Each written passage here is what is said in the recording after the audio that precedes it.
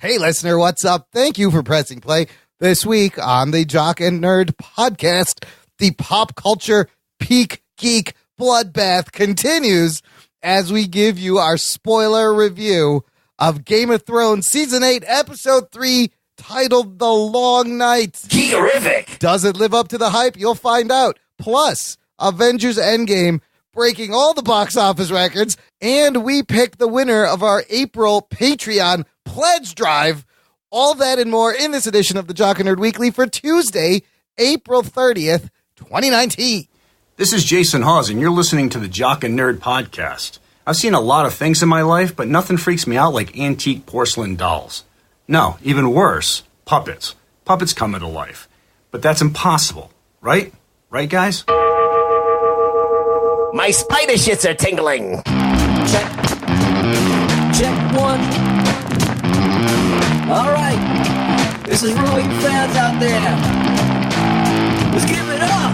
We talking, we nerded. We funny, disturbing. We talking, we nerded. We spoiler alert. Oh yeah. We talking, we nerded. We funny, disturbing. Oh yeah. We talking, we nerded.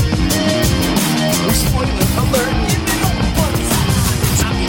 Yo, what's up, listener? Thanks for joining us this week and every week. Welcome to the Jock and Nerd podcast, where we give you comic book and superhero TV and movie news, reviews, and whatever we choose. Jock and Nerd. My name is Imran. My name's Anthony. He's the jock.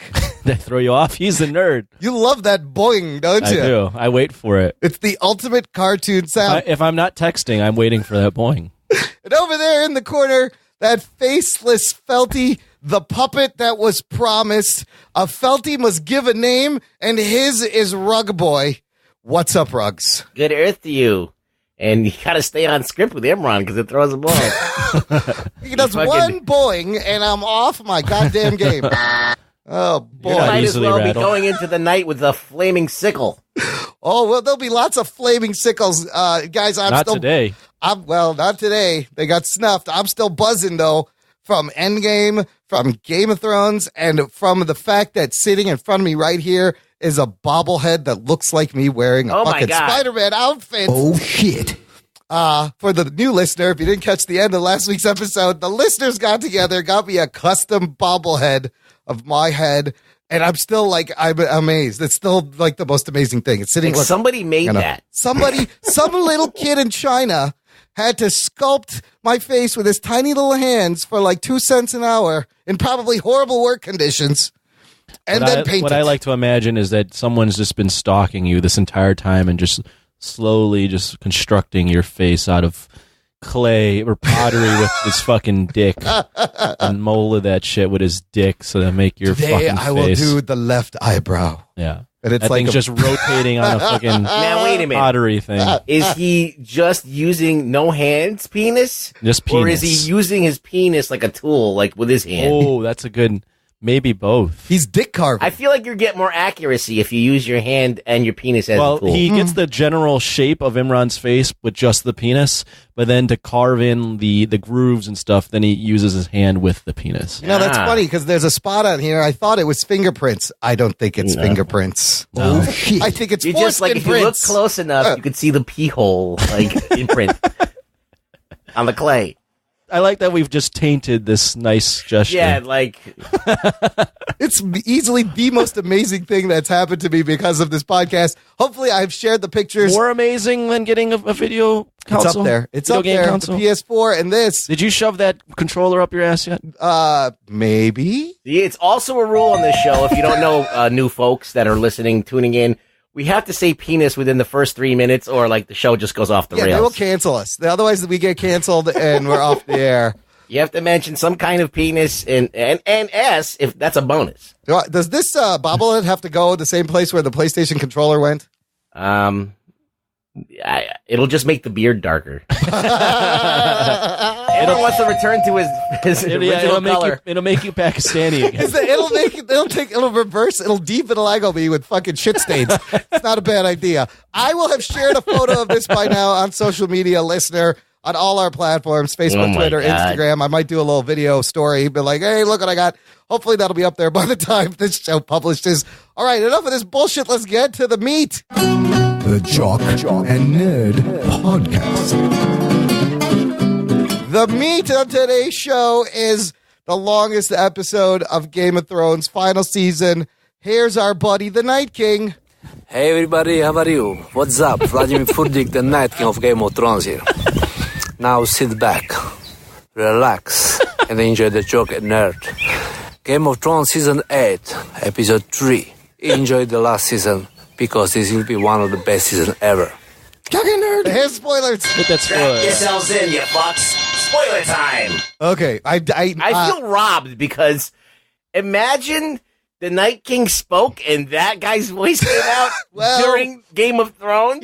That would have been great. That would have been the best thing ever. Hello, everybody. It's the Jon Snow. I'm looking for Bran. Have you seen Three-Eyed Raven? Look, it's fitting that we have the Night King, Vladimir Furdik, because we got a lot. He got a lot of screen time this week. Oh, yeah. This episode titled The Long Night, but everyone's calling it Battle of Winterfell, whatever you want to call it. It was a long, long night. Longest episode of the series, 82 minutes. Let's go through some numbers, because while this episode of Game of Thrones became the most tweeted scripted episode of TV in history, with like 7.8 episode about a scripted show. TV show. Correct. 7.8 million tweets that night. And I remember going on Twitter, everybody was losing their mind. It is also the show's second lowest ranked episode on Rotten Tomatoes. Oh, shit. This is interesting because Game of Thrones averages on Rotten Tomatoes about 94% for every episode. Long Night got 74%, which is still good, but it's quite a dip. It's the second lowest score for the show. The lowest was way back in season 5. I have a theory on that too, but we can. When Sansa got raped. That was the lowest rated. I guess the fans don't like when that happens. Viewership-wise, HBO got a series best 17.8 million viewers. Oh, shit. Watch this episode. The previous record for HBO was season 8 premiere, which we also reviewed, 17.4. But the premiere now, through rewatches, delayed viewings, those viewer numbers are up to 38 million for just the first episode. So, a lot of numbers, a lot of good things. Let's just start with our opening thoughts. Ruggs, I want to start with you. Well, what do you want to know? Look, there was a lot of hype for this episode. Did it live up to the hype? Were you disappointed? I had a huge geek boner for this episode. Going into it, like I was anticipating this shit for the longest time. And I was like, oh, it's going to be glorious. It's going to be amazing. It's going to be fucking full of heroic moments and shit like that. And there, all of this anticipation that we're building up with this Night King and the Starks and everybody teaming up to fucking fuck with this guy. They have to have some kind of brilliant strategy that we don't know about and all this stuff. And I was a little bit crestfallen. Ah, the good word. All right. I'm not disappointed. I was in the terrible, unredeemable way, but it was not what I expected. Mm-hmm. And the thing that really put a sour note on it was there's a lot of complaints about, which I also agree with it being dark and you didn't really see a lot, which that's like, okay, I understand why they did it that way. Yeah. But the thing that it's almost unforgivable to me is in the same kind of like time space that we have The Last Jedi.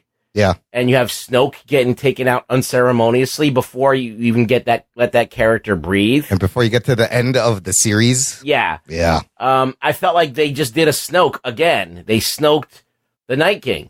Yeah. They've been building up this big bad for 8 seasons. And then I would like to have seen him just beyond just looking at him from afar and him staring. Yeah. I thought there was like he marked Bran.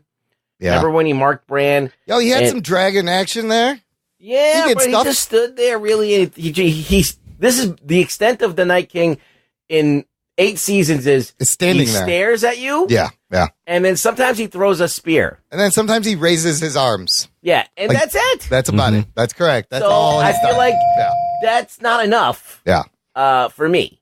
All right. Now then Arya, obviously, spoilers, kills him. Yeah. But he's surrounded by 1 million people.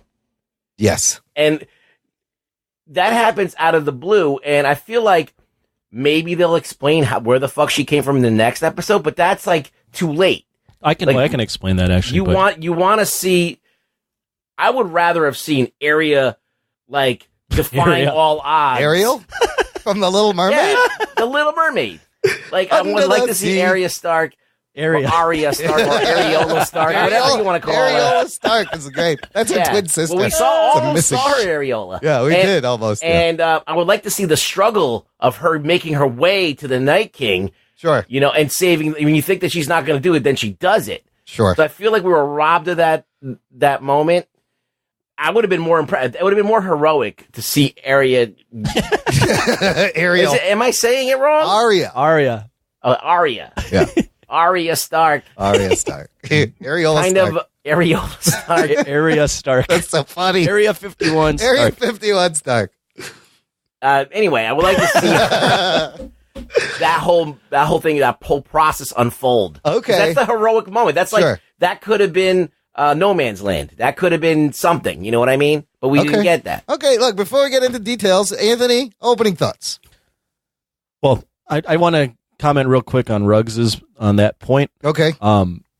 They actually do hint at that earlier this season when Jon Snow's at the same exact tree.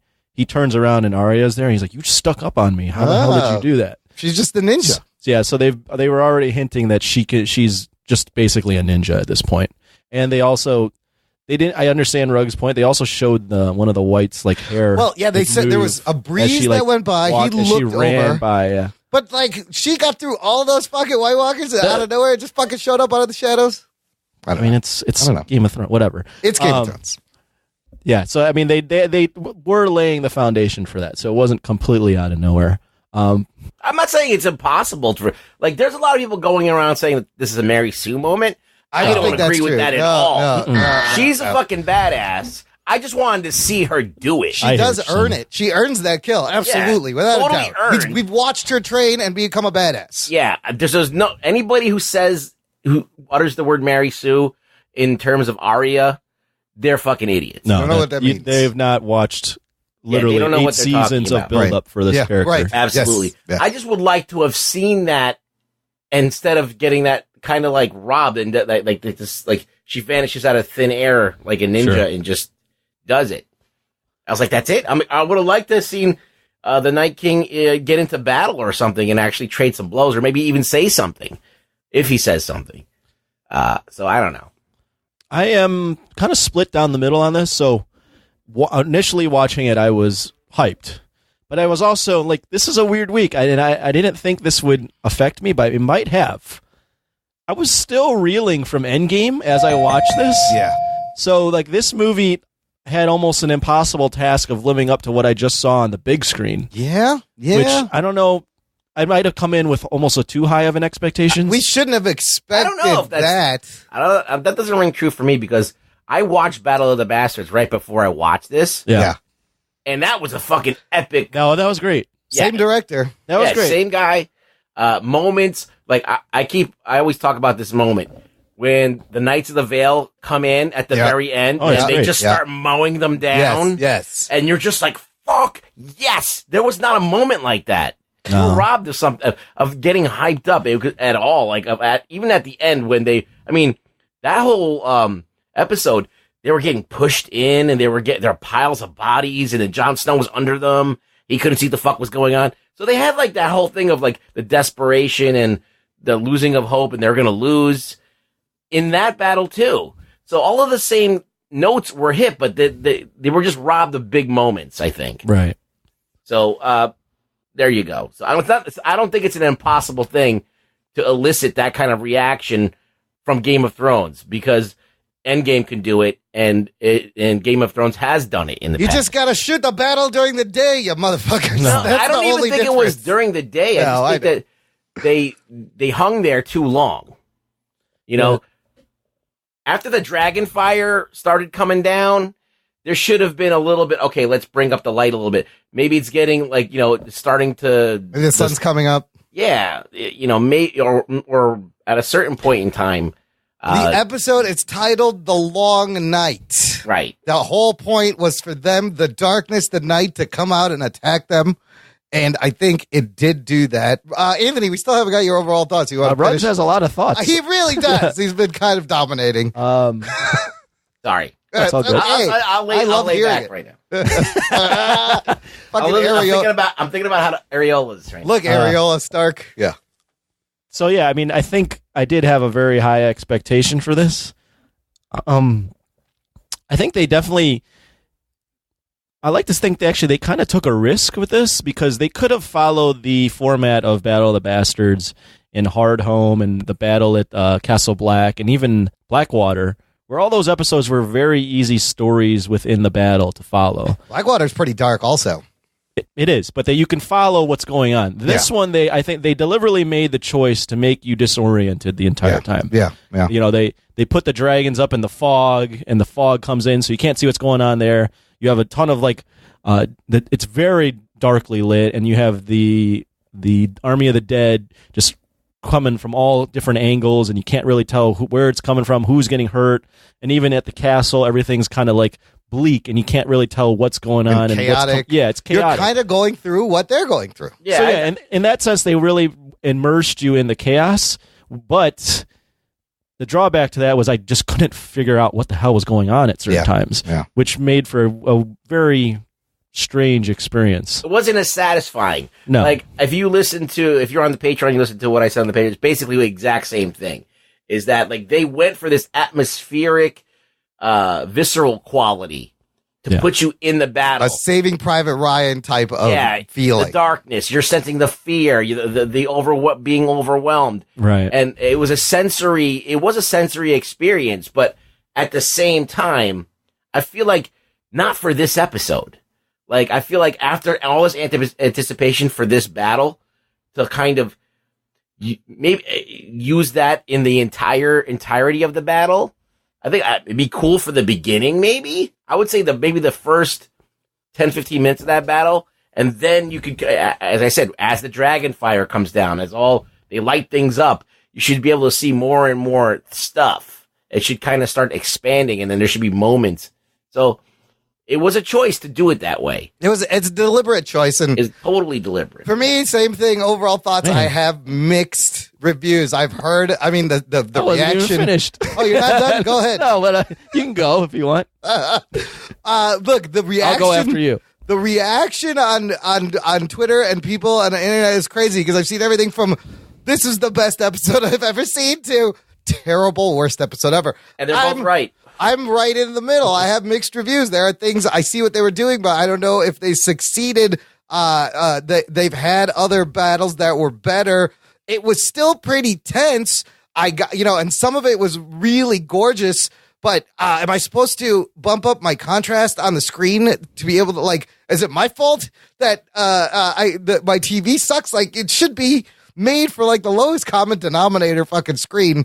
But still a lot of big fucking moments, and yes, chaotic, hard to see, very dark at times, but it's also not the last episode of the season.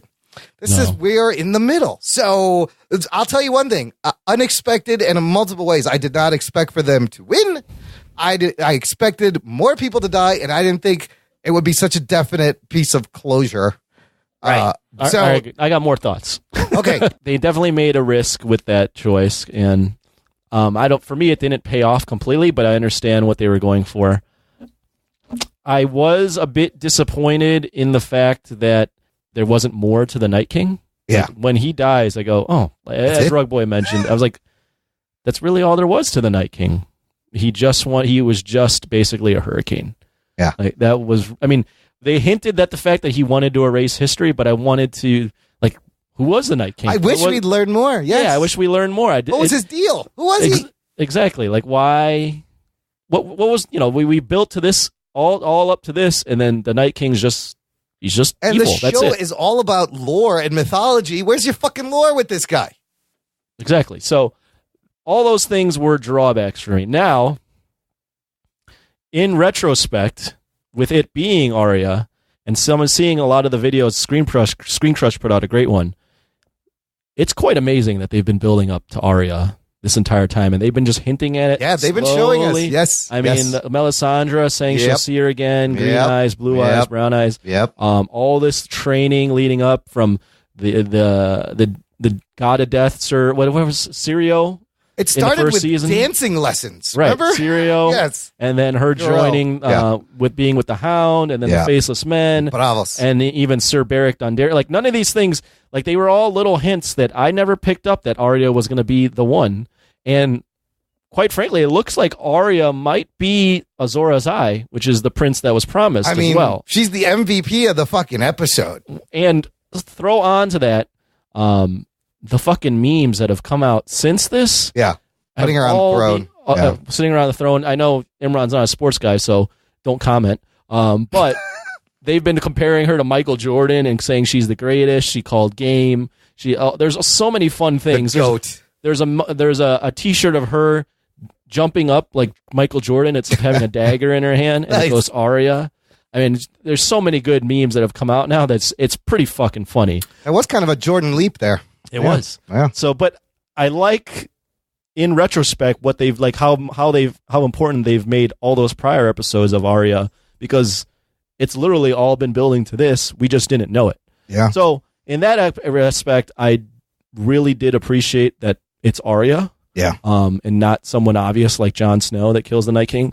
But I did not like how poorly lit this episode was. I didn't like that I couldn't really follow the story, and I didn't like the resolution of the Night King in terms of that was it. Maybe there'll be more later.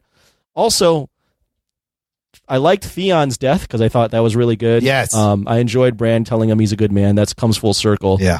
Sir Beric Dondarrion's good, but there wasn't, and this is maybe just my expectations, but there wasn't enough deaths of important characters. No, the main cast largely escapes. Everyone that you really care about escapes. The thing that bothers me about that is that at almost every main character that should have died was under a fucking mountain of fucking White Walkers. Right. They were doing, and they should have been dead. They were doing all but they could all to come hold out them without back. a scratch. Yeah, I was like, how are they still up fucking fighting these people? Yeah, back? they all survived. They didn't take enough care to try and show you why they got out, like that they were able to do something that the other people weren't. Maybe they stuck together. Maybe they formed a little phalanx around each other and fought. Like there was nothing, no strategy, nothing. There was no reasoning for anything happening. I got a couple though badass moments within the episode when Melisandre lights up the Dothraki scythe. Oh, that's fucking what are they called? The sickles. Sickles. Yeah. And they're all on fire, and they start playing the Game of Thrones music, and they all start charging, and you can see it like the fire almost looks like a dragon coming at the and it's a far shot. You see the whole landscape exactly, and they go at the army of the dead, and then they all get snuffed out immediately. That sets the fucking tone. I'm like, this is going to be fucking amazing. And that's how you use this naturalistic lighting properly. Like that part worked. That part worked amazingly. We were away from the battle. They were saving us to get into the battle. And you, up to this point, you've been told and shown they're the fiercest army on the world. The Dothraki horde is 30,000 strong and can fuck up anything. And they charge into battle with flaming sickles, and they all get snuffed out right away. The fading of the candles and the sound simultaneously was unbelievable. Yeah, like, they did really good with that. Silent again, and you're like, oh fuck. The other big moment that before we continue, there's a lot of big moments I want to get to, but I want to let the listener know. Listen, what you gotta let him right now? Yes, right now. I want to let him know that if you want a place where you can talk spoiler full about Game of Thrones, about any geek comic book movie, soon as it comes out, and not be afraid of spoiling it for other people, there's a place you could do that. It's our Jock and Nerd Nation Facebook group. Join it today. It's closed. It's exclusive just for you guys. There's a whole bunch of people I got to welcome. We had a lot of members join. Real quick, welcome Mitchell Goglin, Chelsea Mueller-Larkin, Jackie Bartolai.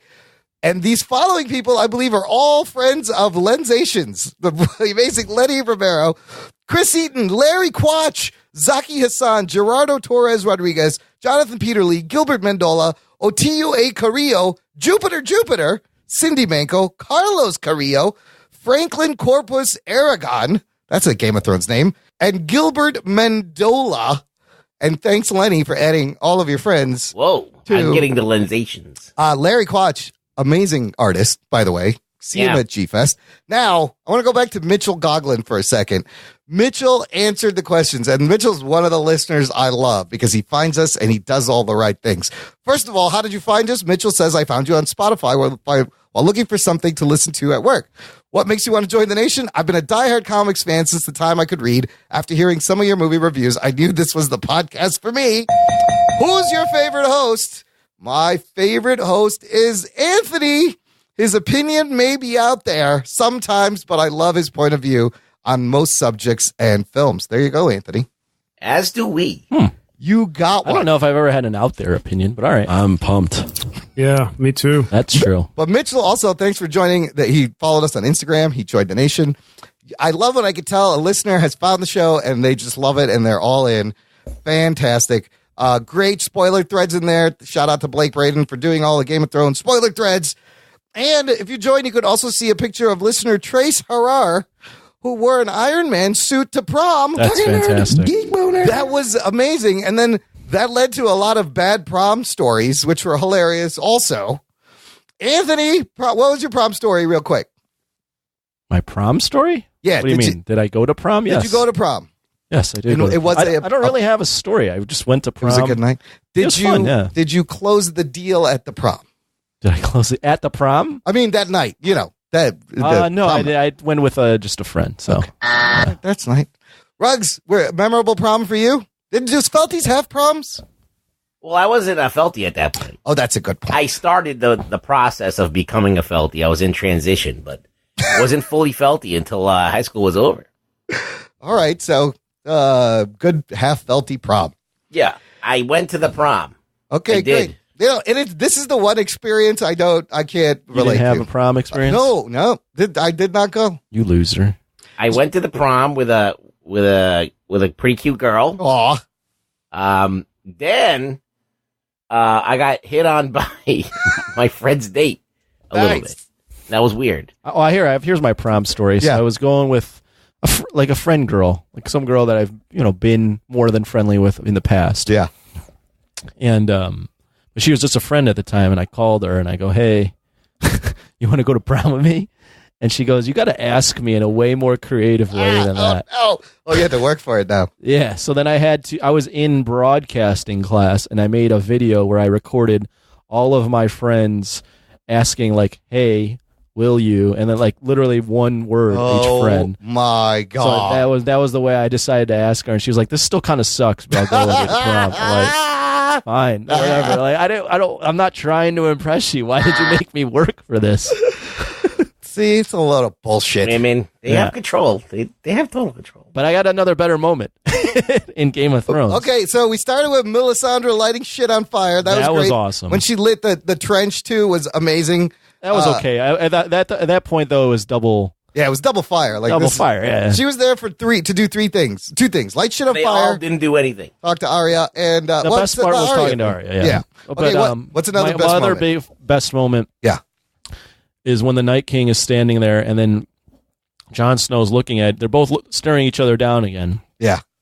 And Jon Snow's about to charge him, and then the Night King raises all the fucking dead. Yeah. That's the moment where I go, holy shit. I'm like, this is an impossible task. Yeah. Everyone that dies now becomes part of his army. And then I immediately was taken out of it because I was like, wait, the Night King raised 1 million people and Jon Snow still manages to survive. Well, actually, they did kind of cover it.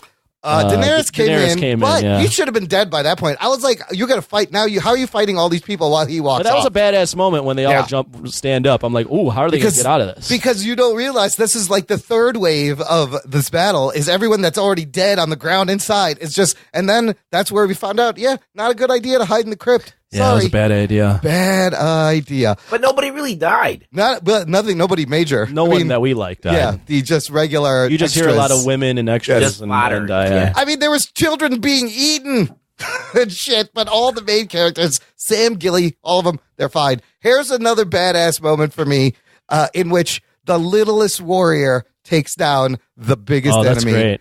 Badass Lyanna Mormont. Holy shit. She just fucking screams and charges the undead giant. He picks her up. He's about to eat her, but she's smart.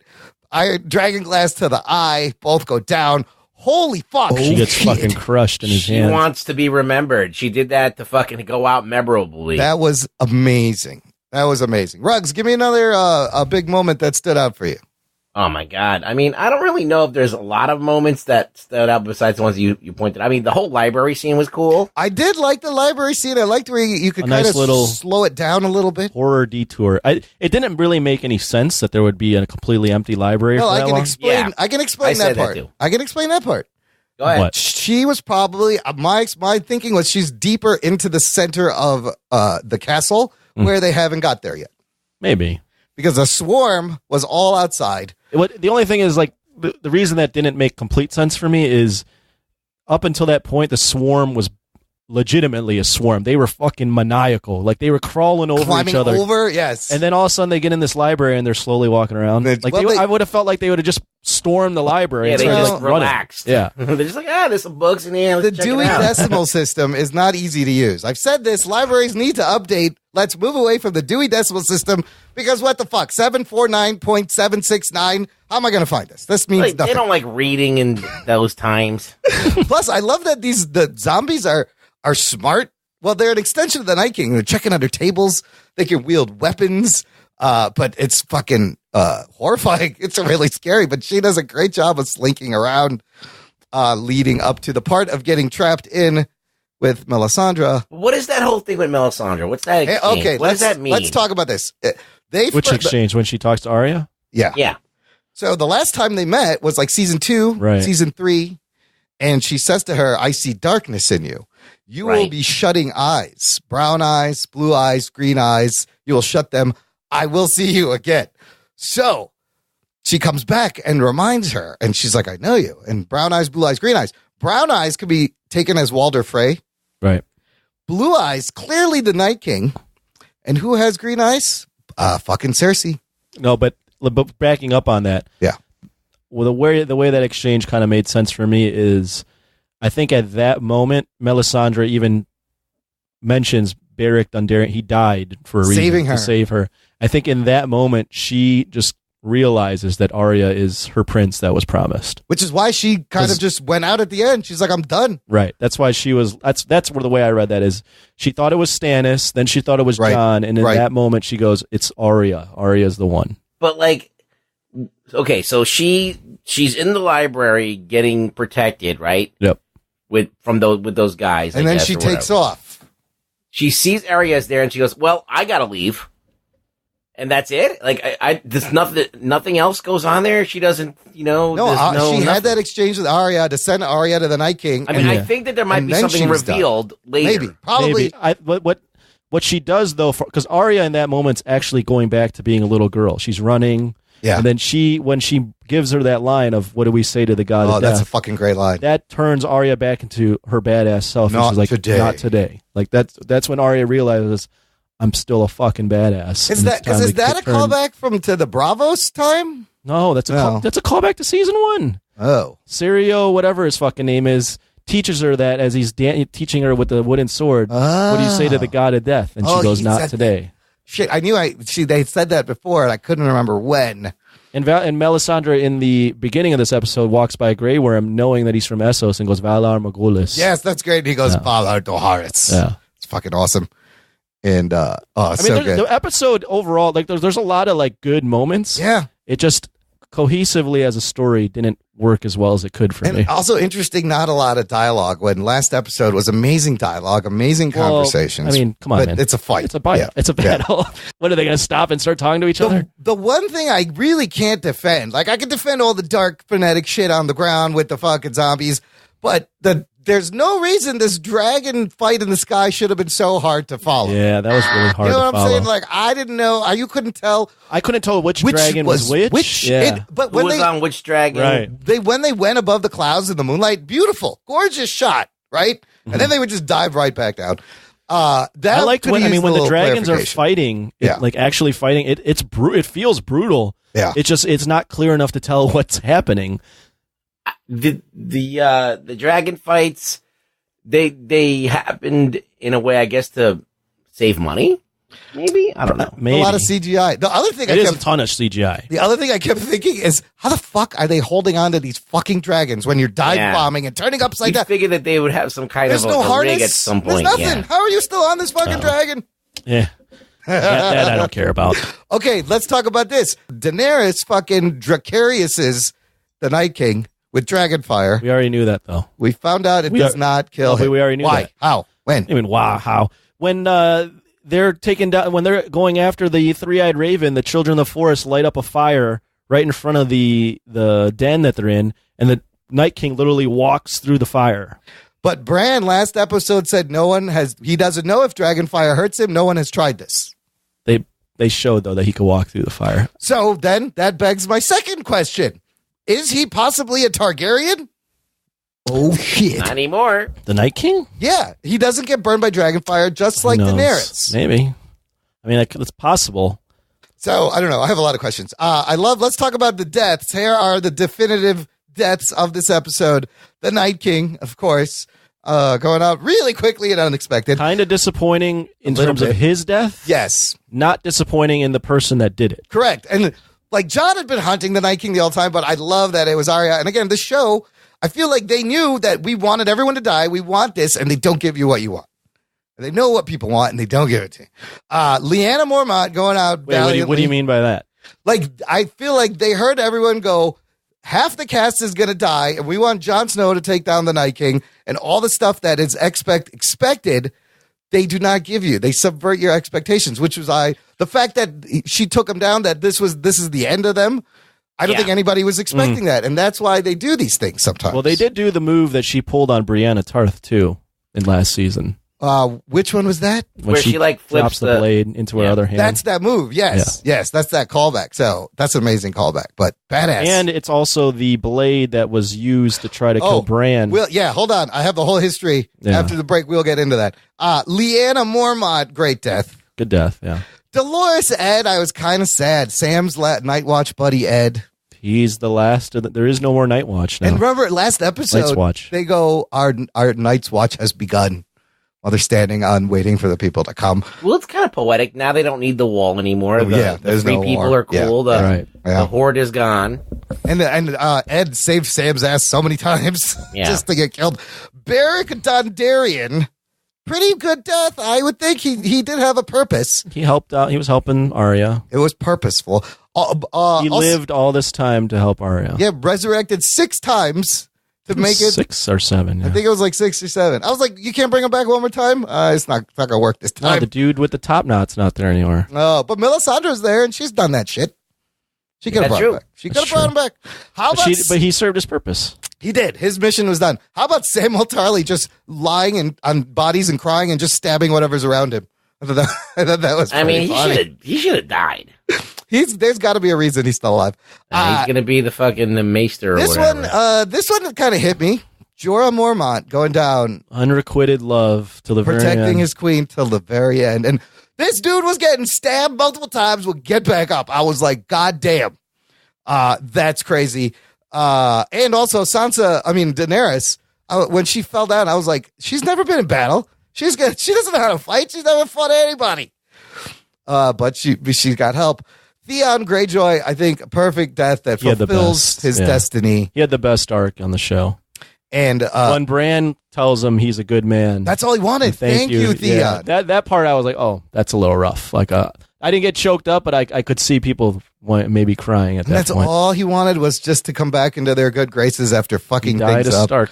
And then he died taking a full futile charge, which he knew, but he had to take it. And then Melisandre. So you got 1, 2, 3, 4, 5, 6, 7 people died. Everybody else is still alive. Most of those deaths were good. Yes. It's just, at the end of the day, it was actually no one that was important. Except for Night King. Except for Night King. And the Night King, maybe everyone was begging for a little more in terms of explanation for the Night King. And Arya, Theon, and Melisandre kind of fulfill their characters' destinies in this episode, which is always great when the show is doing it. And look, it's not over. There's 3 episodes done. Let's take a quick break here. Going to play some promos. We're going to give out a prize. When we come back, our April Pledge Drive is over, and we will have more Game of Thrones right after this. messages. We'll be right back. Hey, hooligans, this is Michael. This is Michelle. This is Jeremy. From Who the What Now? The show about strange stories from the internet. And Bigfoot came over and beat his ass. Oh my God. He knocked him around a little bit, and he just kind of went limp, and Bigfoot left. Pop culture. Jean-Claude Van Clam. I thought Jean-Claude Van Clam was supposed to be the alien in Predator. Mm-hmm. And did a jump splits and ended up with his bat right in the dude's face. That's his do I get the part? In our crazy lives. I'm like, oh, there's a cat on my back. And then all of a sudden I feel something. I feel a furry paw go down my ass crack. Just slide right down my ass crack. I was like, what are you doing? You can catch us on all your favorite podcast applications. Spotify. iTunes. Libsyn. iHeartRadio. Stitcher. Your mamas. And wherever else they have quality podcasts. So don't miss out on the next Who the What Now? Hey guys, this is Venice, and I've got a message from a friend of mine about my favorite podcast. It's your boy, Flavor Flav in full effect. Check this out, everybody. I want y'all to go check out TJ. What's good, everybody? TJ Johnson here from Voice from the Underground. I am the most handsome. Big Has. And I'm smoking my cigar, of course. You know what I'm saying? The Dutch. You pick me up in an Uber and a PT Cruiser, I'm calling Lyft. Cause they be fighting the power, talking about social issues, politics, you know what I'm saying? And we're not even that good. Right, we're terrible. Terrible. Tangents all over the place. And not only that, but they be keeping it fun with the sports, music, comics, and movies too. Am I allowed to talk? I think no, not right now. Shut up, colonizer! You know what I'm saying? He on Twitter at VFU Podcast. Yo, you can find them. So check 1, 2. This is Flavor Flav. Yeah, boy. Okay, what Flav was trying to say is, check out Voice from the Underground on your favorite podcast network. Voice from the Underground. And listener, if you've been enjoying the show, you're here every week as soon as the show drops. Consider joining our awesome fan club. Visit jockandnerd.com/Patreon. It's our version of Disney Plus. We're going to call it Jock and Nerd Plus. Jock and Nerd. Or where you get premium extra bonus content. Everyone gets access to a bonus exclusive RSS feed where all the shows, this show and Anthony's spinoff show, come out early. We have instant reactions, bonus movie reviews, bonus episodes. And if you have been listening to us this month, we have been running a pledge drive for the month of April.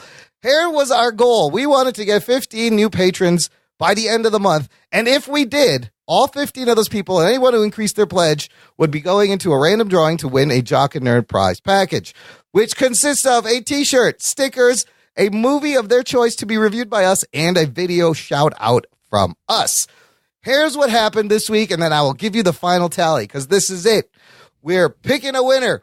Thank you. This week, new patron J.R. Flamond. Jock and Nerd. Just joined today. The peer pressure really works on him, he said. I'd like to hear that. Thanks to the following people who increased their support since our last show: Glenn Smith, John Campbell, Jay Davis, Jose Ibarra, and Ralph Bravo. Bravo for all of you. Ralph Bravo, guys, now is at the $20 a month level where holy shit. Not only, Ralph, send us the movie you want us to review, you have an opportunity to come on the show if you so desire. You have earned it. Thank you so much. Okay, here are the complete April's results, because the nation did a great job at rallying. We are recording this on the last day of the month, April 30th. Great job of rallying at the last minute. Here's the final results. We ended up with 6 new patrons. Jock and Nerd. Being Rokas Barokas, Kate Diem, Austin Clemens, Keith Denkinger, I'm counting him, T. Iona Rose, and J.R. Flamond. All right.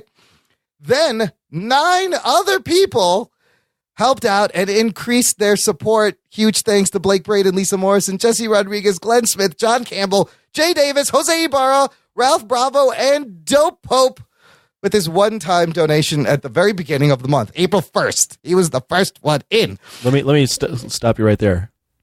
and I know you already mentioned that we are going to draw a winner. Yes. So originally it was supposed to be 15 completely new patrons, and then everyone else that increased would get their name thrown in the hat as well. If we got to 15 new, right. But the way you guys rallied, we hit the number 15 in with some new fashion. Yes. and increased. So the way you guys rally, we're continuing this prize. For We're all giving of out you. the whole prize We're giving out package. the whole prize. We are so thankful that everyone decided to increase and donate. That, you know what, you guys deserve it, and we're going to do the drawing. Absolutely. Oh, and throw in the fact that it gets better. Your boy Seth Morgan has matched all new patrons dollar for dollar. Oh, shit. And is not in the drawing. He is our saint, our patron saint of awesome. Thank you, Seth Morgan. So not only are we up 6 patrons, not only the 9 people jump in, we hit that 15. This leaves us at a plus $71 a month for April. Holy shit. Well done, which is why we're giving away this prize package. I'm doing the drawing right now, listener. I literally have a hat with 15 pieces of paper folded with everybody's name on there. The hat I'm using is the German hat I got at Oktoberfest. So I may have spilled beer on it. Here, listen. Some of them fell out. Oh my That is God. okay. Of Everybody, course he fucks it up. It's You are legit. the clumsiest motherfucker You had ever. one job, Imran. There, you hear that?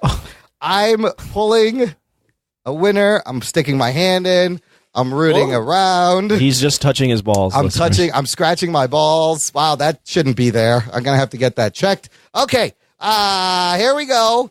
The winner is, I got it. The winner of the Jock and Nerd prize pack for the April Pledge Drive that gets a t-shirt, stickers, a movie of their choice, and a video shout out from us is Conan O'Brien? Austin Clemens. Oh, shit. Austin! Brand new $10 a month patron. That's fucking awesome. Yeah. That's really good. Congratulations, Austin. Let us know. I will be in touch. Yes. To We get still you. got to review his movie, too. We will review your movie. That's a given because you're giving us $10 a month, and you have won the April Pledge Drive prize package. Congratulations. That's great. Ruggs had a great idea. We're going to be doing more Patreon raffles periodically, maybe like once every other month. So, listener, it means everyone who's in the Patreon now has a chance to win something and sign up because you will be winning things and enjoy bonus content. No drive necessary. You know, we'll just for being a patron. Absolutely. You're going to be enrolled in there because, it's like you get the roll of the dice. You know, you're in the Patreon. You might get something free just for being on it. That's Absolutely. awesome. It'll be a lot of fun. Another perk for you. We'll give out a mug or something else in the store or some random shit. A photo of Imran's balls. A photo of a bobblehead with my bobblehead with my balls underneath it stacked. Does that make sense? I want that. All right. Can I have that? Good stuff. Congratulations, Austin. I hope you enjoy the prize package. Back to Game of Thrones. Anthony, you mentioned Arya's dagger. Yeah. First seen when? Season 1, episode 2. Used to try to kill Bran. Yeah. So this dagger has a crazy history. So after that, Catelyn Stark has the dagger. She brings it to Sir Roderick Kessel to ask him whose fucking blade is this? He's like, oh, this is Valyrian steel. Let me do some digging. He takes it to King's Landing where it ends up with Peter Baelish, who said it used to be his and gave some bullshit story about using it that I think was not real. Nope. Littlefinger then, looking for answers, gives it to Ned Stark, who was King's hand in this moment, and Ned kept it on his desk and used it as a letter opener, I imagine. I don't know. In his office, where it was eventually swiped once again by Baelish. He stole it back, and then years later, he gifts it to Bran, who then gives it to Arya, saying, I have no need for this. Yeah, but the big thing also, besides all that, is this dagger is the dagger that Peter Baelish basically used to frame the Lannisters and start this entire war between it starts the entire show between the Lannisters and the Starks. So wow, this dagger is super. That's amazing. Like the dagger has an amazing history. Crazy? That's so well done. That's why it's so great that Arya did it. Ariella did it. She gets the kill, and in retrospect, the Arya, her Makes sense. being the one is awesome. So Do you guys think she is the prince who was promised? Does she deserve the throne? Will she make it even to the fucking throne? I don't know if the prince that was promised.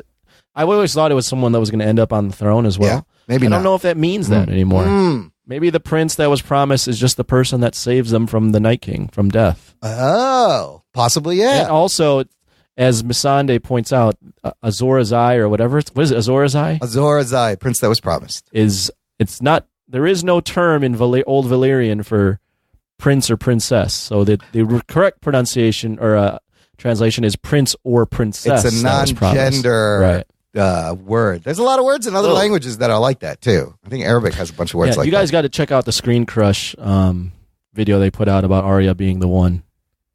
It's really good. I have some questions about this episode. Maybe you guys can answer them. Sure. What happened to Wolf? Is he okay? I'm very concerned about Wolf. He'll be fine. If he didn't die on screen, he's not dead. I love seeing that shot where he's charging with them in the beginning. And then that's like the last you see of him. But I believe I think he was in the promo but you're right. If any of these people don't die on screen explicitly, they're not dead. Here's my next question. Bran, in the middle of this battle, goes, I'm going to go now. And fucking wargs off to some ravens. I think he was leading the Night King to him. This whole time? What the fuck was he doing? Did he go to see Avengers Endgame while the battle was happening? Where did Bran go? I think that'll be explained later. That has some importance because those ravens were flying off. Yeah, it was more than just luring the Night King there. That was a long time he was doing some shit. Next question. Why are Jon and Daenerys such shitty fucking leaders? They're real. Like, this was his plan. It was not a good plan. Well, they were barely helpful. That's the biggest bone that I have to pick with this episode, is that their strategy was dog shit and even more dog shit. Like, they knew that they showed you the area map that they had during the meeting, of them being surrounded. And that was it. They're like, all right, well, guess we're just going to try and get the Night King to go to the tree. That was it. Like, they were like fully expecting to fucking be besieged by these guys. Like, there was nothing, like no tricks up their sleeve, nothing. Well, they did have the trench to light up. Yeah, but that wasn't even doing anything. I did love that moment where they're just like standing there staring at it. And then one by one, bloop. Oh, we could just fucking snuff it out and make little gaps. And then for the dead to actually get in, storm up the wall, World War Z style, like get into the walls was fucking crazy. See, like, if I would have been the military leader, I would have been like, first the trebuchets with fireballs before anybody goes out, lighting up the darkness. Just keep fucking firing fire. So we could at least see a silhouette of them. Yeah. Behind, light it up over there. Yeah. Then you send in some fucking people, draw them in different directions, and then fucking try and do something. The fact, though, that the Night King can control the weather really put a fucking wrench into their plans. Yeah. Like, I would have used the dragons right off the bat. Put some light over at the end. I will say that their military strategy wasn't great. They were helpful, though, Imran. They were on the dragons and trying to light those bastards up. Daenerys and Jon are both firing fire at these people. But they were like too late in the game. They were late, but they were also lost in the clouds. They were very lost in the clouds. No, because that fucking fog didn't roll in until way after the dead start coming into to where the Dothraki were originally, where they launched from, where the other people were. Yeah. Oh yeah, I'd have to rewatch it again. There's a whole period of time where the dragons aren't doing jack shit. Is it a little racist to send the immigrant people of color army out as dragon fodder, as White Walker fodder first? Really? Is that really what you're asking?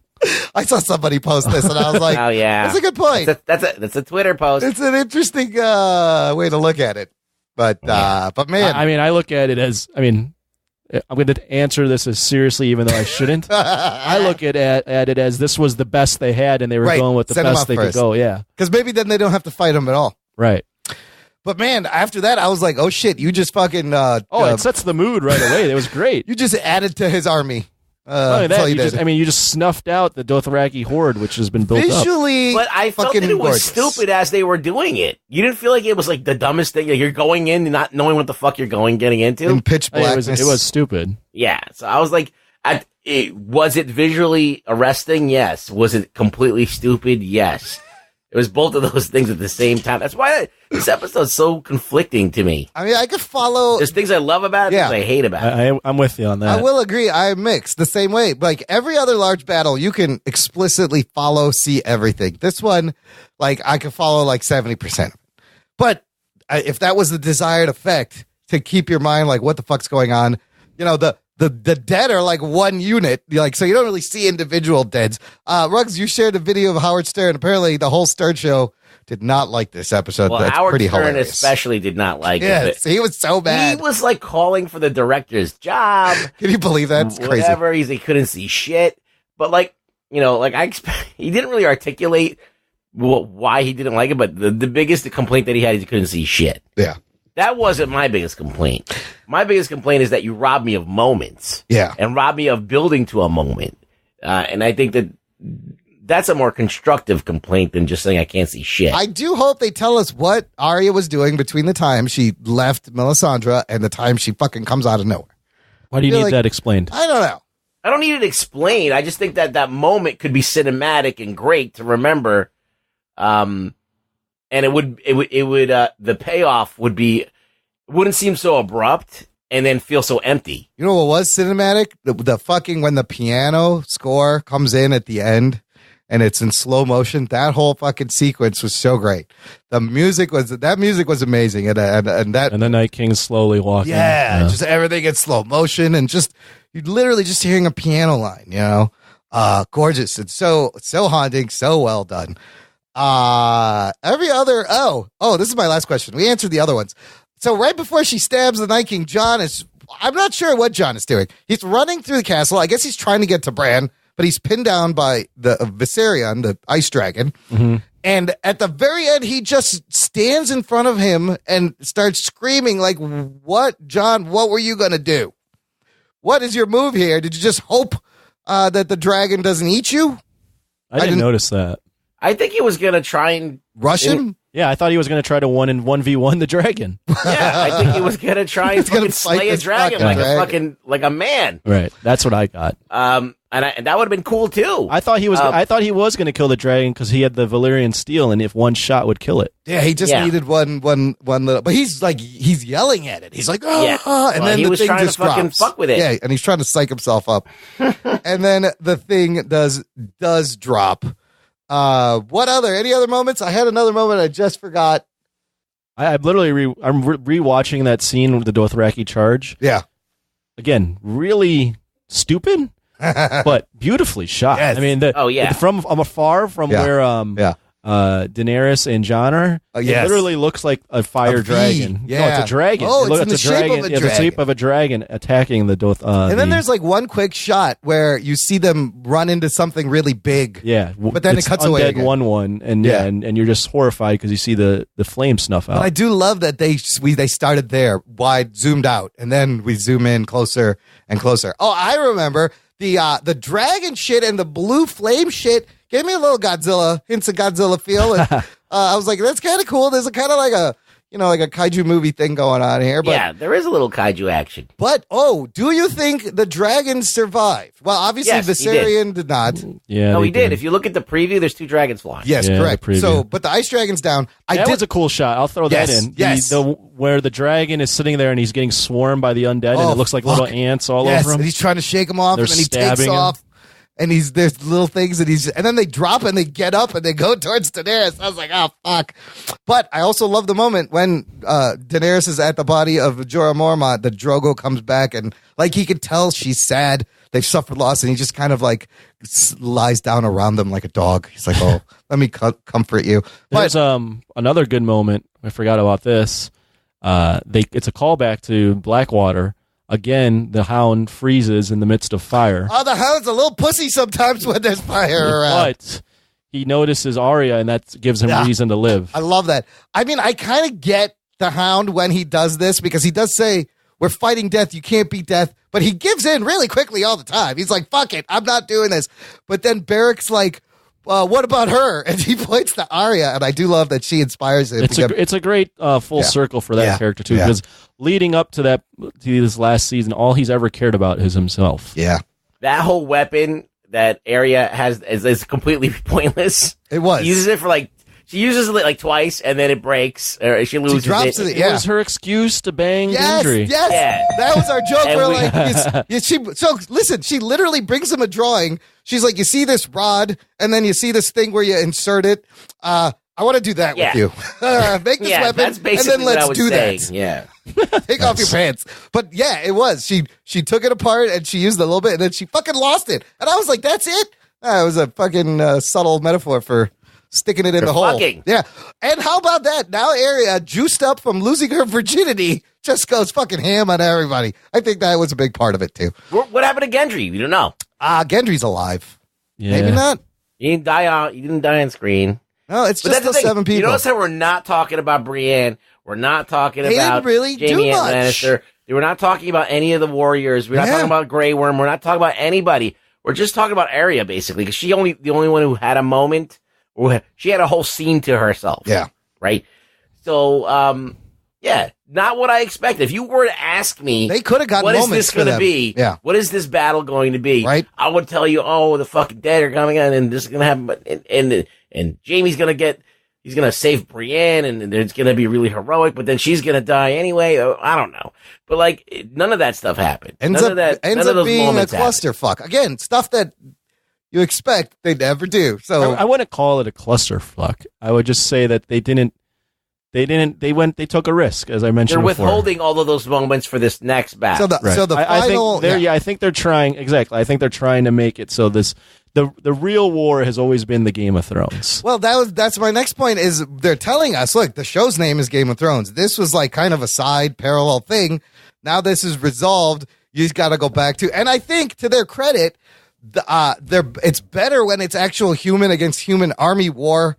Like, I feel like they're better at shooting that. This got a little really fantasy sci-fi. But on the other hand, now that these people have faced the Night King, how is anything Cersei has going to be a fucking problem for them? Well, they're decimated. That's true. Yeah, they're at their on the weakest other now. hand, they're all, and they they're underdogs. They did Cersei a favor.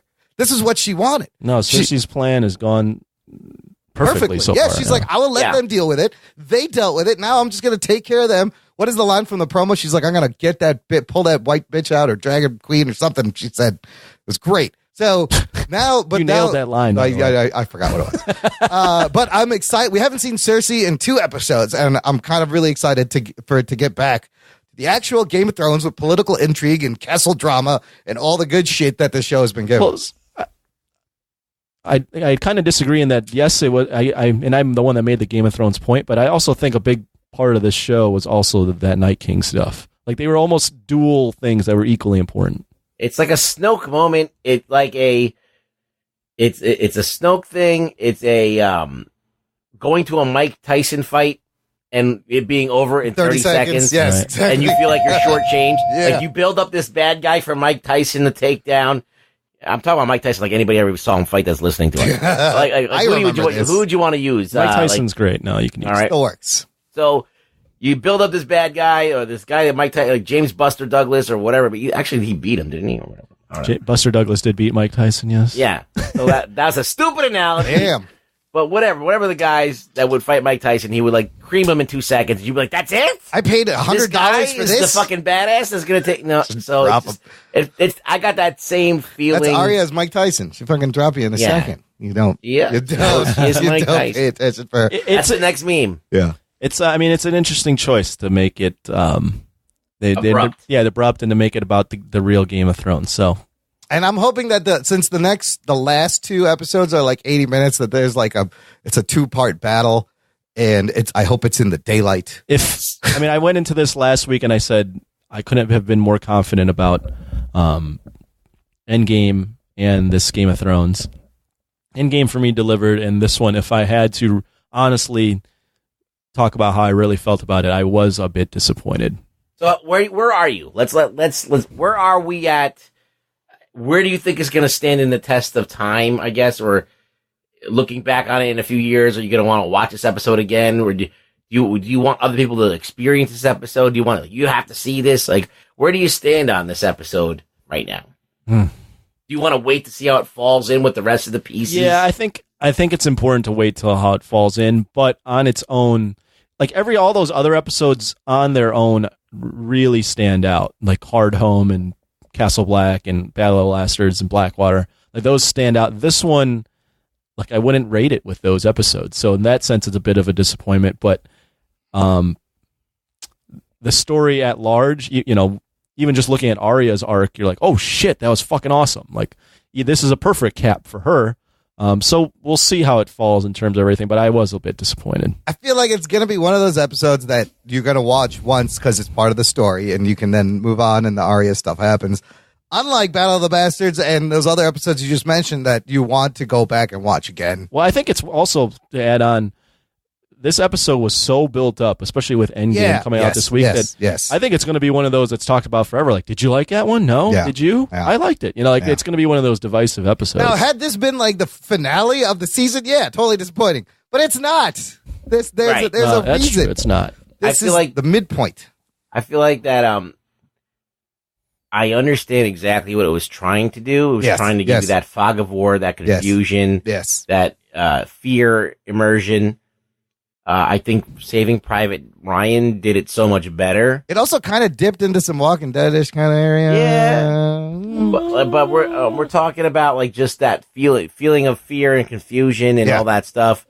I think that they were trying to go for a Saving Private Ryan, and I feel like there was aspects of it, but not enough to carry me to like needing to see it multiple times. I might see it one more time just to make sure I saw what I saw. Maybe I'll fuck up the brightness of my thing just so maybe I could see a couple of more extra details. Ruggs, we recorded our instant reaction, and then I think I watched it again. Oh, you did? Afterwards, yes. Was it any better? No, it was about the same. It was about the same. You didn't notice anything, pick up anything new? No, I just wanted to see some of the cool moments, and I was like, okay. And no, it was I don't know. I may watch it again, but it is very dark. That's the thing. Sometimes you gotta squint. Yeah, I watched it in a dark ass room, and there's still I'm so like conflicted. There's like artifacting all over the place. Maybe it's my shitty TV. Maybe it was a bad signal. It's like number one, like you have so many things working against this. Giant black pixels. Yeah. So when you have cable, and when you have a TV connection that's not the greatest or not a newest TV, all of those things are working against this episode. So you're talking about tiling, artifacts, big squares. But I have like an where the HD black should be. TV with an HD cable box, and it was still doing that. I have the top line cable you can get. I have a fucking nice TV, and I still was like, now I could go back and try and if I had a Blu-ray of it, maybe it'd be actual physical media. Yeah, I think you'd be cool, but like you can't count on streaming when everybody's streaming it at the same time or at prime time to come in good. So I think a lot of people had a lousy viewing of it. One of my friends said he changed the dynamic range on the TV. Yeah, like there's made the different black settings. really black and the bright's really bright. Yeah.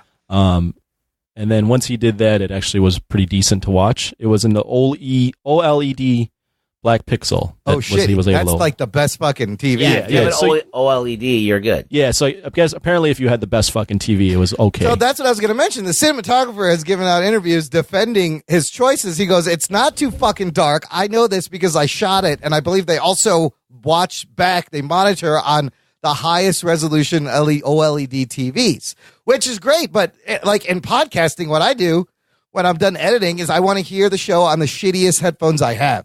Just so if it's good there, it should be good everywhere else." I'll say this. If people are complaining about it being too dark, it was too fucking dark. Because people don't complain about those. You don't hear this much of an uproar about it. It's true. Unless it's actually a valid point. So maybe he was one stop down on his camera. It reminds me of too like much. when people were in an I mean, it's not the same thing, but when people were in uproar that Batman v Superman was resolved because it was their moms were named Martha. Martha. You know, if there's enough people complaining about it, there's something to it.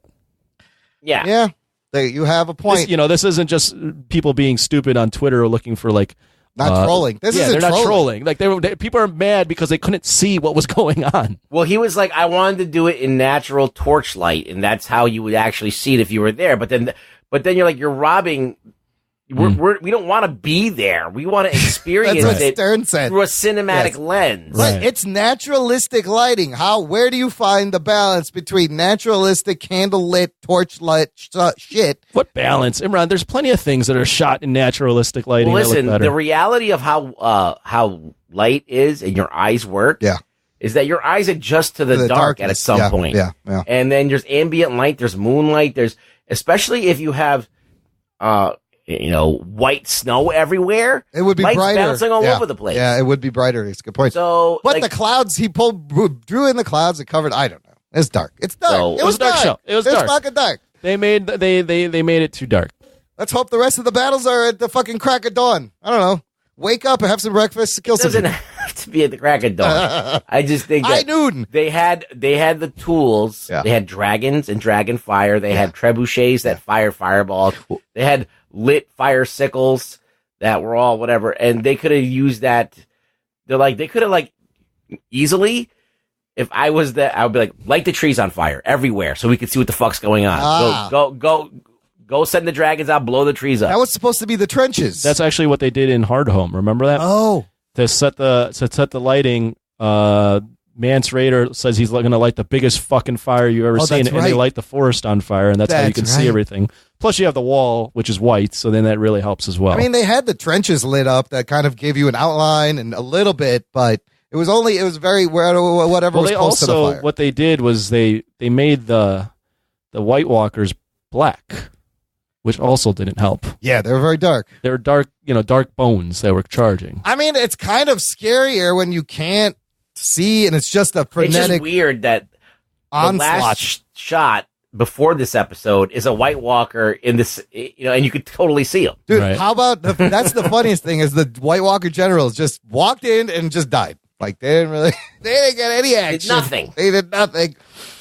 I liked him just taking a stroll. They're just going for a walk. I was like, well, the Night King's like, I'll just walk there. It's fine. I'm here. I fell off the dragon, but I'll walk. I'm going to walk.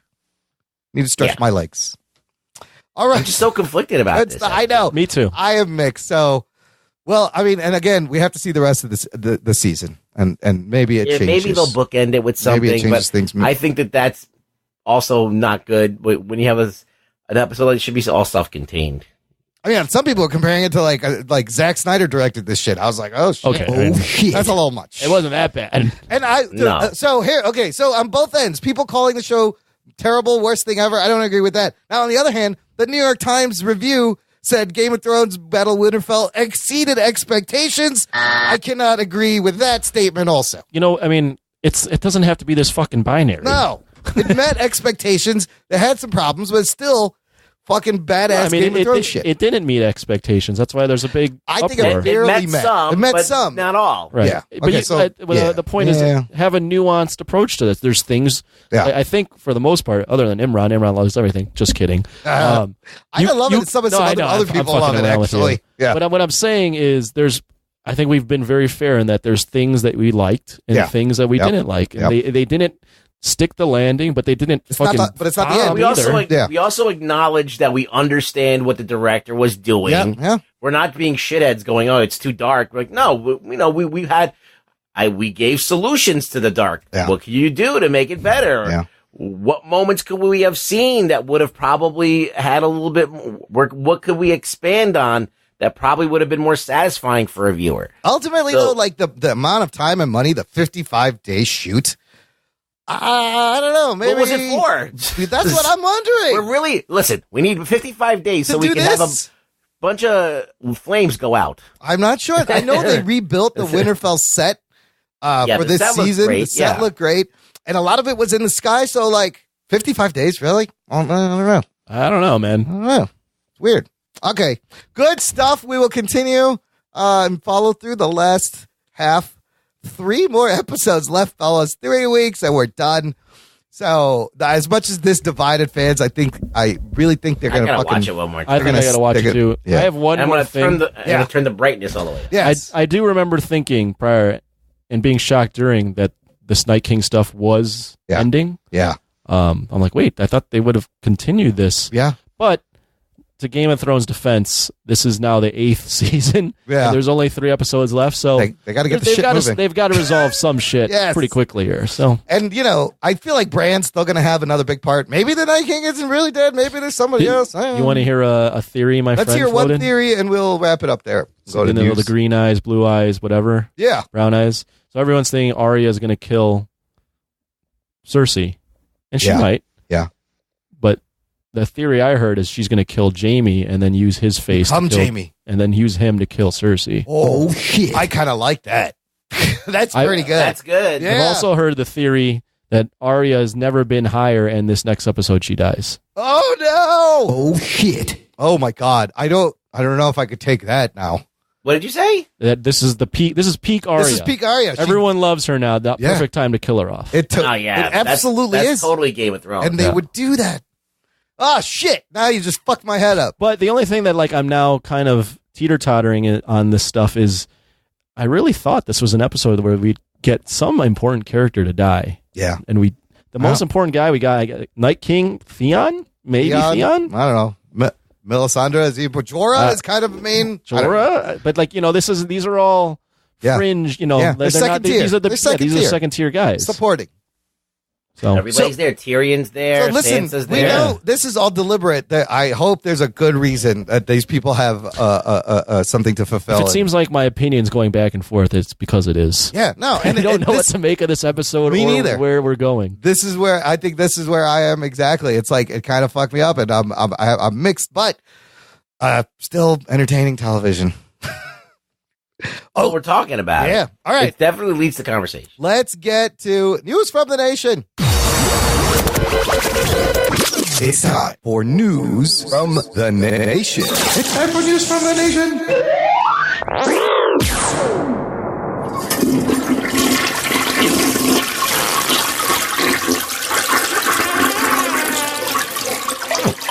Woo.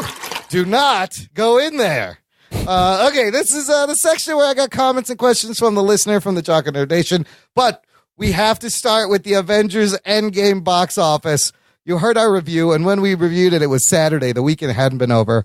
The numbers are in, and holy shit. Oh, shit. Opening weekend domestic. This movie made $357 million. Never been done before. Yeah. The next thing that's never been done before is for this movie in sort of 3 days, by the time Monday rolls around, worldwide total $1.2 billion. Oh, shit. And climbing right now on Box Office Mojo, 393 domestic, 1.3 billion worldwide in 4 days. So the domestic leader is Star Wars. Yes. The Force Awakens. After 4 days in domestically, it was at 288. So Avengers is 105 million more. But let me also say this. This episode comes out Sunday, May 5th? Yes. So the reason why our numbers are so... It's going to be a lot more. Yeah, our numbers, we're recording this on a Tuesday, April 30th, so that's why we're talking about numbers after 4 days and not a week. Plus, the fact that it opened in China 2 days earlier kind of gave them a little cheat. A little cheat in the numbers. Yeah. Like, you got to count all that. So it's like 5 days, but still unbelievable. Endgame has broken 144 box office records. Oh, shit.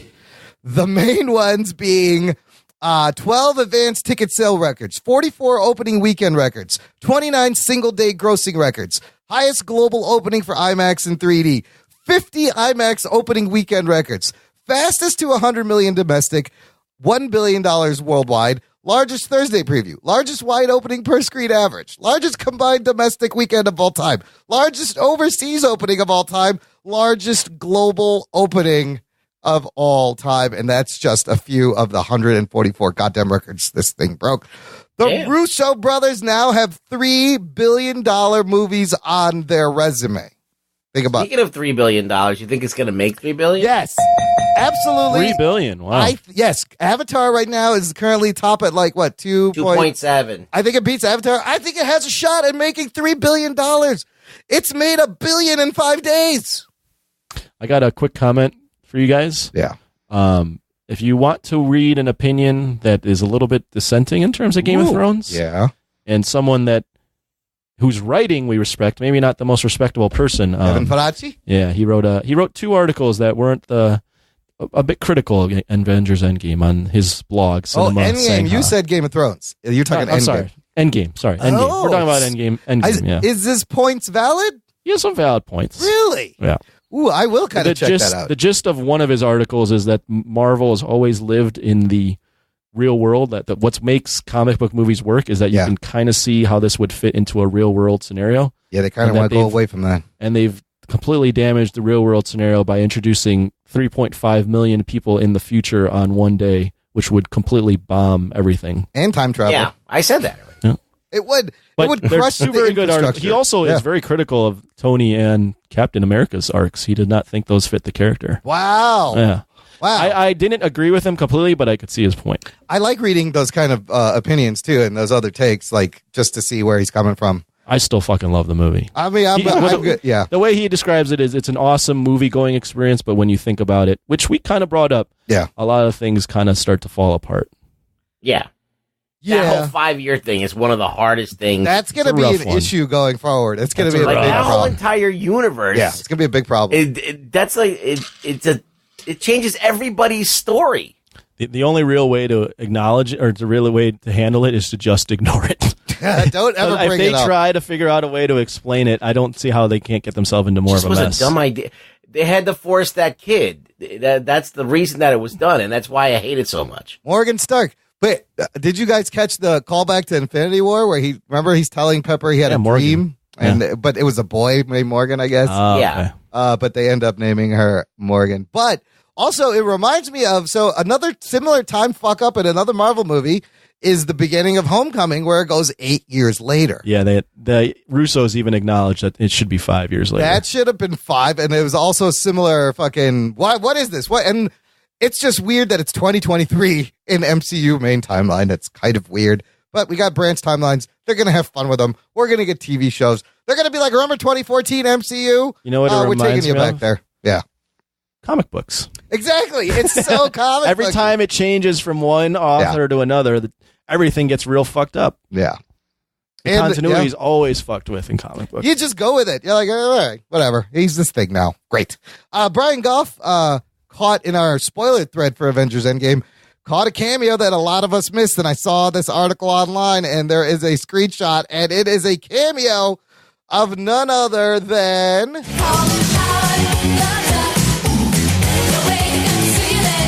Holy shit. Even Howard is in this movie, in the scene. Yes. Yeah, he's holding a gun. Click that link in the scene where everyone's coming back when you see Hope Van Dyne just to her right in the background. Oh, there he is. You see fucking Howard the Duck is there. I can't believe I missed that. It went by so That's fast. fantastic. Isn't that great? He was in Guardians of the Galaxy, Yeah, right? I wish they would have. You can see the Ravengers in there. They didn't give the Ravengers a little shout out or Howard. No, Not really. It says here, a quote in this article, it says Howard the Duck was in one draft of the script of Infinity War. Howard the Duck actually had a really good scene. We were going to do a cameo with Ken Jeong with Howard the Duck. That was a much beloved scene by us, but it just didn't end up fitting at all. I don't know. But the Ken Jeong cameo, along with Yvette Nicole Brown in Endgame, both people who starred in Community, where the Russo brothers used to direct Community, and I believe all the main characters in Community have guested Joel McHale. They've all appeared in Alison Brie? Maybe not Alison Brie, but a lot of the other ones have been in Marvel movies because of the Russo brothers. They used to Wasn't work there with them. another girl from Community? The blonde girl. What was her She name? hasn't been in anything either. But they had Abed was in it, and Donald Glover. So you have Donald Glover, Abed, Yvette Nicole Brown, Ken Jeong, and some other people. Here's something fun. Tane Reese, Chocolate Tane, he pointed out that him and us, unintentionally spoiled the plot of Endgame back in February 2019. Oh, shit. Episode 261, I read an email he sent. Here's what was in the email. Tane writes, what comes next for Marvel movies? I think I have it. After the Avengers use the quantum zone to time travel and Tony makes a different gauntlet and Hulk wears it and Cap lifts Mjolnir And Thor defeats Eminem. Then he got goofy. And Nebula defeats Thanos. A new timeline will be created. Holy shit.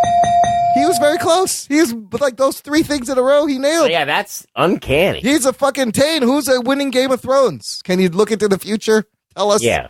And what are the lottery numbers for next week? Never get all that, huh? I'm never going to beat him in a trivia contest. That go back and listen to episode 61, February 2019. You will hear me read that. Holy shit. That's weird. That's pretty That's pretty good. Good for you, man. Pretty good, Tane. Good work. We'll review Waterworld for you soon. Absolutely. We're going to get to all the Patreon's movies very soon. There's a lot of good ones. And a lot of bad ones. Yes, good movies and bad movies coming on our movie reviews in Patreon. Kate, the M of See, Here's the Thing of Patrick and Kate. She posted in our Avengers Endgame spoiler thread, spent part of my night arguing with someone over the better battle. The final battle of Endgame or the battle of Winterfell? Oh, Thoughts? I don't think it's close. Not even close. That fucking last 40 minutes of Endgame is, I want to go see the movie in IMAX 3D. I just want to see that scene. I can watch that over and over again. Yeah, come on. Like, the one great scene that we have is Arya coming out of nowhere. Yeah. Arya coming out of nowhere. I use the rest Aria all the time. Can we pull up into this rest Aria? Yeah. So that's the only moment you get. Yes. So and the Dothraki charging and getting snuffed. Yeah. So I mean, but that's not a good moment. It's not a good moment, but it was like, shot well. You get moments where you get a little tingle in your pee-pee when fucking Cap picks up Mjolnir. Yeah, dude, there's so many cheering, huge fucking moments in that battle. It is unbelievable. I can't believe I actually watched that they did that. You know what, though? When I was watching Game of Thrones, and then I saw an article after, and it's Devin Fracci's, and he's talked about it. It still proves the point that watching a movie in a movie theater with a big audience, there's still nothing like it. Because I remember I watched Game of Thrones by myself, and I enjoyed it. Yeah. But I can only imagine watching that in a movie theater. Well, there's a great video out there. I guess it's at a bar, and they're watching the reaction, it. Yeah. Oh yeah, that's fake. You think so? You think there's memes of that, but there is an actual footage of Game of Thrones nerds at a bar. It actually gives you little goosebumpies because right at the Arya moment, the whole bar like they're watching a fucking Game 7 sports game. Yeah. They're like, yeah. I was like, oh, all fuck, the memes have been comparing Arya to hitting a game-winning shot. She did. That was the game-winning. She is MVP. She should get the fucking America's Cup, whatever. Give her the fucking one all of the the better cups. memes was the girl has a name, and her name is Arya. I fucking killed the Night King Stark. You know she's going to be bringing that up when in the next 3 episodes to Cersei. By the way. Also, what a weekend for Starks. Yes, a lot of Starks going down, doing good things and bad things. I saw a shirt, Stark Family, and it had half Iron Man's face, half a wolf. Oh, that's good. Yeah. As far as deaths, Game of Thrones got the 7-4 edge over Endgame for character deaths. So for what are that? Yeah, doesn't mean anything. For what it's worth. For what it's worth. But no, you can't compare. People are actually comparing it, saying, this was better than Endgame. There's no fucking way. There's no fucking way. I'm sorry. It's not better. It's not. As far as storytelling within a battle, it's not better. Yeah. No. Yeah. That's correct. Listener Bob Brasky. Here's the Bob Brasky at Bob Brasky on Twitter. Sends us a couple of tweets. He says, timeline talk. What about Cap using the staff on 2012 Cap? Ramifications? I just figured he wiped his mind so that Cap wouldn't remember that he fought himself. And nothing's going to come of it? Anybody? I don't know. I have no idea how the staff works. Yeah, that's my other question is how does this fucking staff work? What are the actual rules? They Nobody just did knows. it as a plot contrivance, and that's all you need to know, I guess. So then he has another one. Got another one, but not alternate timeline. The earthquake underwater when they're hologram conferencing. Namor? I've seen this around. He also finishes, and how many times did they share food/beer? Great convo on the last podcast. Deep dive into that new shield Cap appears with at the end. Could Namor bring the rise of the mutants? I've seen this speculation. You guys remember this moment when Okoye says there was a underwater earthquake? And she's like, how are you handling but it? they're saying they're happening all over the place. Or they're happening all over the universe. Didn't Captain Marvel have to go investigate that? No, that was a different. She was talking about something different. So Captain Marvel was talking about how all the rest of the world, all these other planets are reeling from losing half. Yeah, and then Okoye was dealing with an underwater earthquake. Oh. And then I think Black Widow asked her how are you dealing with it, and she goes, "We're dealing with it by not dealing with it." Right. Maybe to infer that like this is a mutual respect where they know these people. If that was a Namor drop, that'd be fucking amazing. I mean, that'd be interesting. I took it as more this is a natural occurrence in nature. In Wakanda. Well, just in nature. Well, I think that they mentioned it to maybe plant the seed. It's not really. I hope that there's some follow through. They just have it there. They could use it later. It's one of those things they retcon, like saying the kid in Iron Man 2 is Peter Parker. It is one of those things that they can easily go to and go, okay, that was teased. But it is smart for them to leave these things to kind of go back, not having anything definite. But we can always go back to any of these timelines and make some shit up and stick it in there. It'll work. Right. So, did you have to try and explain the whole Cap going back in time thing to people? I had to explain the timeline to several people, and the discussion is still going on every day at work. And I feel like that maybe why the people didn't get it. I mean, I got it and I'm an idiot, but like some people have a different take on it too. That chart that's in the show notes of last episode, I feel is like pretty accurate, but a lot of people like, here's the question with Cap. The other thing is one theory is Cap lived his life in the main timeline. Remember when Peggy, we meet her when she's old and she said, I had a husband and kids and Captain America saved my husband, but she never mentions them. We don't see pictures of him. Cap. Is it him in the main timeline then? Or I thought he lived with her in a branched alternate timeline, came back to the main timeline. He's like 100 years old. The serum has worn off. I don't know. Yeah, I don't know. It's left up to your interpretation. I think it could be that he lived in the main timeline with her, or this is a branched reality, and then he came back. So there'd be two Caps. You can't really control the timeline that you're going to, can you? You could just control the date that you're going to, and then that instantly branches off. Lands when there and starts doing different shit. It branches off. Right, yes. So he's never in the actual timeline that he began. No, he wouldn't be. You're right. Right. So this is my opinion. He goes back to whenever he's supposed to be dead, right? Yeah. And he comes back as Steve Rogers. He doesn't. Captain America still exists. He knows that at one point he's going to be thawed out. He's frozen. There's two of them there. Yeah. So now, during this time where Cap's frozen, he has kids with Peggy and shit, and they grow old and he together. Doesn't have to be Captain America. He doesn't have to be Captain America. In the minute that they unfreeze him, he's out. He comes back. There's a good article or a Reddit AMA with the Russos where they answer a lot of this. Yeah. The way they answered that was that, how do you know Cap wasn't still helping things out? I read back that. then? Yes. There's also a great article with Marcus and McFeely on Variety. It's a deep dive into what they were thinking and their thoughts. Really That's a good one too. Yeah, Hollywood Reporter. I forgot who did it. Really good. A lot of great stuff from the creators of this movie. Last thing in the show, Blake Braden posted the new trailer for the Sonic the Hedgehog movie. Oh boy.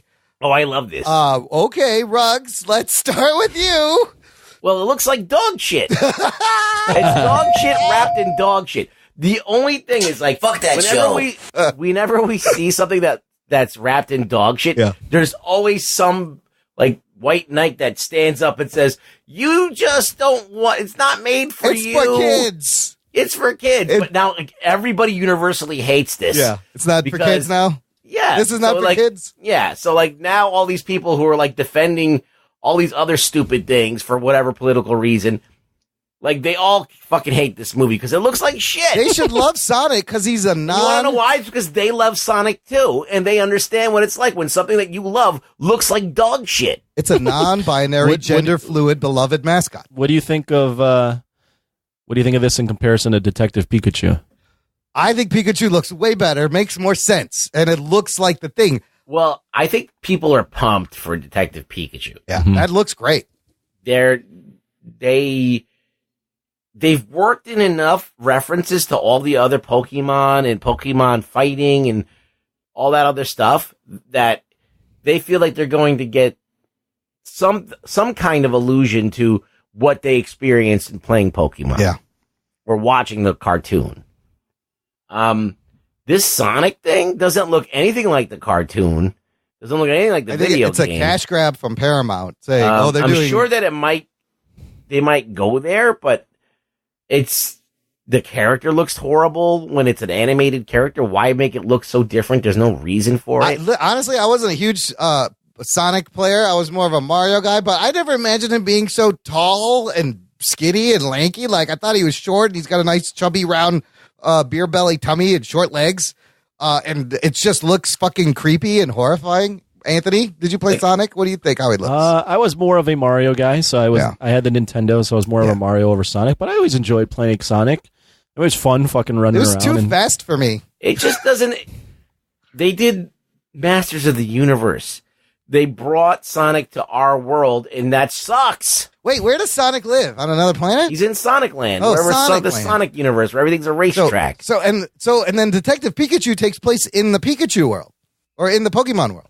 Sonic and Pikachu, I don't think they cross paths ever in video game. No.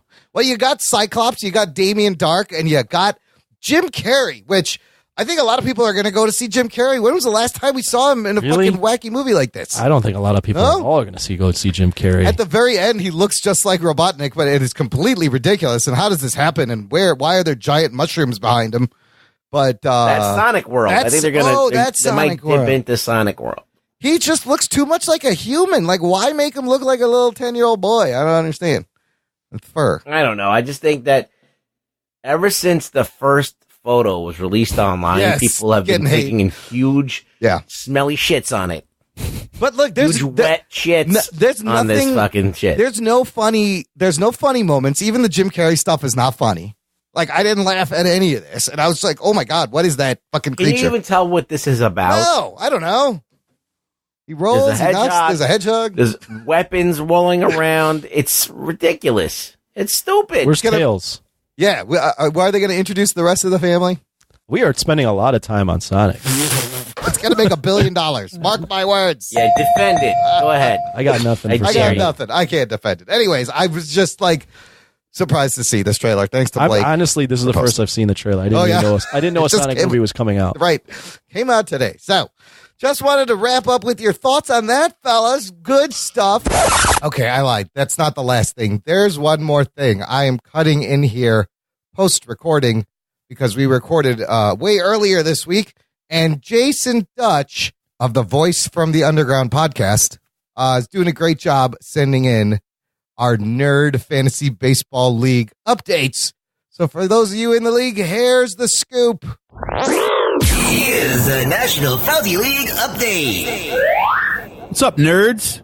It's Jason Dutch here with a little bit of an update on the Nerd Baseball League. So, in the Dark Side division, we have Jose Ibarra, 3-1.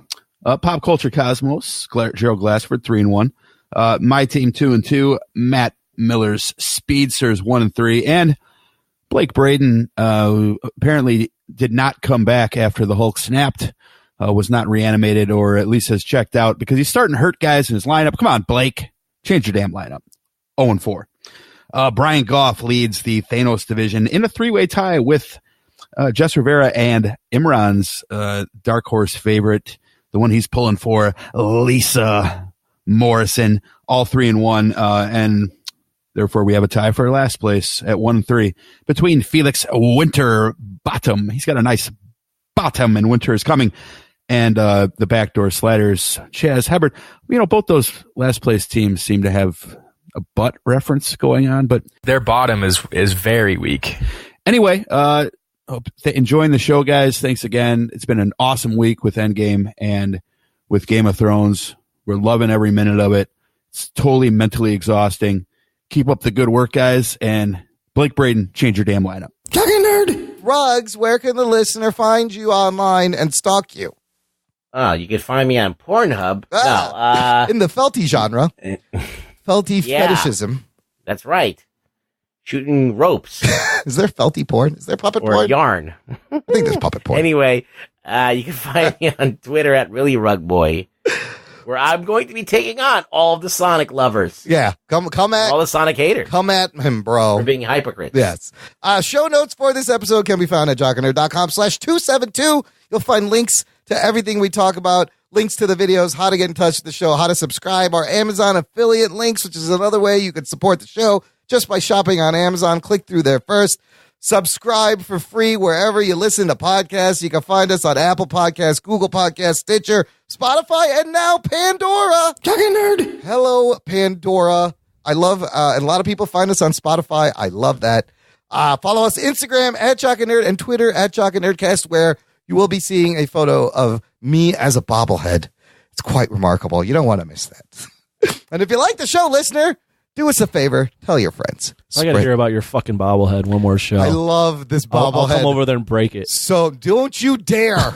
Get one for Anthony, too. And somebody needs to make Anthony a bobblehead. So I don't care about the bobblehead. No, he's just jealous. I'm not. You've been talking about this for 2 episodes. You ended it on one, because and now you started off. Bobblehead of me. Okay, relax. Okay, act like you've been there before. Jesus Christ. How can I act like I've had a bobblehead before? It's not possible. Yeah, you talked about it on one episode. But I'll break here. That shit. I'm standing here. We're going out. Geez, next time you come over, I'm hiding the fucking bobble. Thanks for listening, listener. Thanks for listening to the Jock and Nerd podcast. My name is Imran. My name's Anthony. He's the Jock. He's the Nerd. We'll peep you next time. What does the bobblehead do? It just bobbles. It has to move, like something has to vibrate. You put it in your car and then it bobbles. No, the head's on a spring. You never seen a fucking bobblehead, Rugs? I'm just saying, you don't get to see it bobble unless there's some kind of movement involved, right? If it's sitting there on your desk, Talking Nerd. it's not moving. It's not bobbling.